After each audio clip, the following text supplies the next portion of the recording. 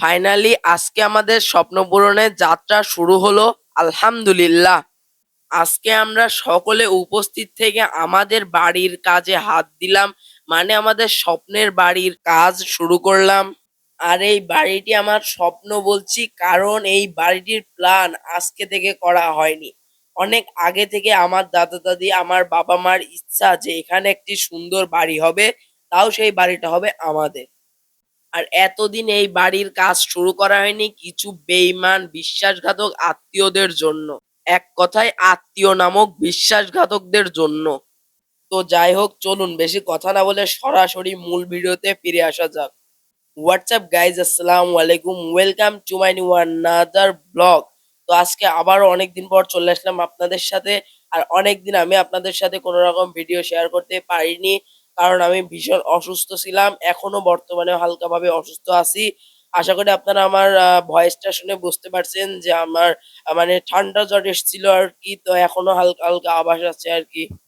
তো খুব সকাল সকাল আমি আর আব্বু ঘুম থেকে উঠে চলে আসলাম একটি মিষ্টির দোকানে। আর এখান থেকে আমরা সিন্নি নিব। আর আমাদের যদি মিষ্টি অথবা অন্যান্য কিছু লাগে আমরা শুধু এই দোকান থেকেই নিই। আসলে এই দোকান অনেক বিশ্বস্ত আর কি, মুসলিম সুইটস নাম, ভেড়ামারাতে এটা অবস্থিত। আমরা আগে থেকে একটা ভ্যান ঠিক করে রেখেছিলাম, ভ্যানের ওপরে সব জিনিসপাতি রেখে আমরা মিষ্টির দোকানে গিয়েছিলাম সিন্নি কিনতে। তো যাই হোক, এখন আমরা ভ্যানে উঠে টান দিয়েছি। তো গাইস, দেখতে দেখতে কিছুক্ষণের মধ্যে আমরা আমাদের গন্তব্যে পৌঁছে গেছি। তো এখানে এসেই দেখি আমাদের ভুঁয়ে যে সকল ঘাস লাগানো ছিল সেই ঘাসগুলো মানে কৃষকেরা তুলে নিচ্ছে আরেকটা জমিতে লাগানোর জন্য। আর গাইস, আসার কিছুক্ষণের মধ্যে প্রচন্ড বেগে বৃষ্টি হয়ে গেল। ভাগ্যিস ছাতা এনেছিলাম, না হলে তো ভিজে যেতাম। তো যাই হোক, বৃষ্টি থামার কিছুক্ষণ পর মিস্ত্রিরা চলে আসলো। সর্বপ্রথম আমার কাকা হেড মিস্ত্রি মানে কন্ট্রাক্টর চলে আসলো। তারপর একে একে আরো দুইজন আসছিল। মানে আজকে বেশি কাজ নেই, আজকে শুধু এই যে নিচের ব্যাস না কি বলে ওইটা করবে। তো এইটাই কাজ, আর আজকে মাপজোক করবে, তো যার ফলে আজকে বেশি কাজ হবে না। আর সাইডে ছোট করে একটা ঘর বানানোর জন্য আব্বু যে একটা জায়গা করছে, মানে বৃষ্টি আসলে যাতে সেখানে গিয়ে দাঁড়ানো যায়। দাদাও আব্বুকে সাহায্য করছে। তো যাই হোক, সবকিছু শেষে এবার মাপজোক শুরু হলো। আর এখানে মানে আমাদের বংশের বড় বড় সবাই ছিল। আমাদের বংশের মাতব্বর আমার ছোট দাদা ছিল, আমার দাদা ছিল, আমার লোয়া দাদা ছিল, আব্বু আরো অনেকেই ছিল এখানে। আসলে এইখানে যে মাপজোক করবে এই কাজটাকে বলে বুনিয়াদ। তো বুনিয়াদ করতে নাকি মানে অনেক পরামর্শ লাগে। তো যাই হোক, এই সেই সকল পরামর্শের জন্যই মানে জ্ঞানী গুণী লোকদের ডাকা, তারা আসলে এসব বিষয়ে ভালো বোঝে। সেজন্য আমার আম্মু, আমার দাদি, দাদা সকলেই সেখানে ছিল। তো এরপর এখানে সবকিছু মাপজোক করার পর এবার সুতা নিয়ে মানে সুতা দিয়ে রুমগুলা ভাগ করে নিবে। মানে কোন রুম কতটুকু হবে, কিভাবে কি হবে সবগুলা মানে ভাগ করে নেওয়া হবে। মানে এক কথায় মানে ইট বাদে ইট দিয়ে যেরকম রুম করা হয় ঠিক সুতা দিয়ে সেভাবে রুম করে মানে আব্বুকে বুঝিয়ে দিবে, অর্থাৎ মানে গাইরিস্তকে বুঝিয়ে দিবে যে এইভাবে এইভাবে কাজ হবে, মিস্ত্রিরা ঠিক এইভাবে বুঝিয়ে দিবে। আসলে গাইস, আমি কিন্তু এত কিছু জানতাম না। আমি সেখানে যাওয়ার পর থেকে এগুলো জানতে পেরেছি, বুঝতে পারলেন? মানে একটা মানুষ যদি কিছু নাও জানে, মানে শিখতে থাকলে সে কিন্তু শিখবে, বুঝতে পারলেন? আমি যেরকম মানে এই বিষয়ে আমার কোনো ধারণাই ছিল না। কিন্তু সেখানে যাওয়ার পর আমার কিন্তু এই বিষয়ে খুব ভালো একটা ধারণা হয়ে গিয়েছে। তো গাইস, মাপজোক সব এবার শেষ, এবার শুধু ব্যাস করার পালা। আর সর্বপ্রথম গাইস আমার দাদা আর আমার দাদি আমাদের কাজ উদ্বোধন করলো। আমার দাদা সর্বপ্রথম, তারপর দাদি। আমার দাদিকে আমি ভিডিওতে দেখাইনি গাইস, আমার দাদি আমাকে নিষেধ করছিল।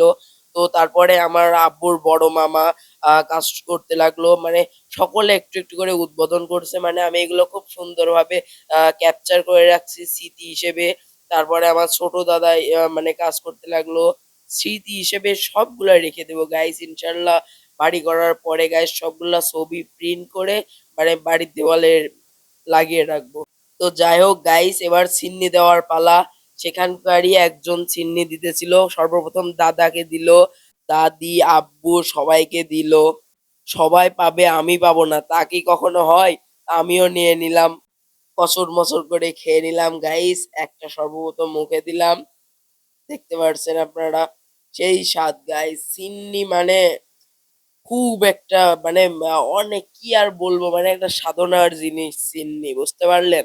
জুম্মার দিন কত ছেলে পিলে, কত পোলাপান সিন্নির জন্য লাইন দিয়ে থাকে, নিজের স্যান্ডেল বাজি রাখে।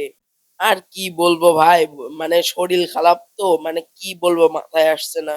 আর গাইস, হঠাৎ করে আমার চোখে দেখতে পারছেন কি হয়ে গিয়েছে, আমার বাম চোখে দেখতে পারছেন, মানে চোখ আমি খুলতেই পারছি না। তো আমার দাদা বলল যে মৌলানার কাছে, মানে হুজুরের কাছে গিয়ে ঝাড়াতে। তো আমি এখন যাচ্ছি হুজুরের কাছে, হুজুরের কাছে গিয়ে ঝাড়া দিব। ঝাড়া দেওয়ার পরেও গাইস আমার চোখের অবস্থা ভীষণ খারাপ। আমি বাড়িতে চলে যাব, বাসায় চলে যাব। কারণ মানে এইভাবে থাকা সম্ভব নয়, অনেক কষ্ট হচ্ছে। তো গাইস, দেখতে দেখতে দিনটা চলে গেল, মানে একটা দিন পার হয়ে গেল। আর আজকে মানে বুনিয়াদ করতে করতে অর্ধেক দিন চলে গিয়েছে।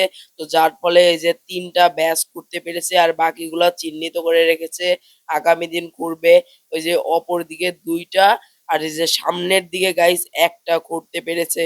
আমার জন্য গাইস আপনারা দোয়া করবেন যাতে আমি অতি দ্রুত সুস্থ হয়ে যাই এবং আল্লাহর রহমতে আমার বাড়ির কাজটা সম্পূর্ণভাবে কমপ্লিট হয়ে যায়। আমি আপনাদের নিয়মিত ভিডিও দেওয়ার চেষ্টা করব। তো আজকের এই ভিডিওটি এই পর্যন্তই। যদি ভিডিওটি আপনাদের কাছে ভালো লাগে, দয়া করে ভিডিওটিতে একটি লাইক দিবেন।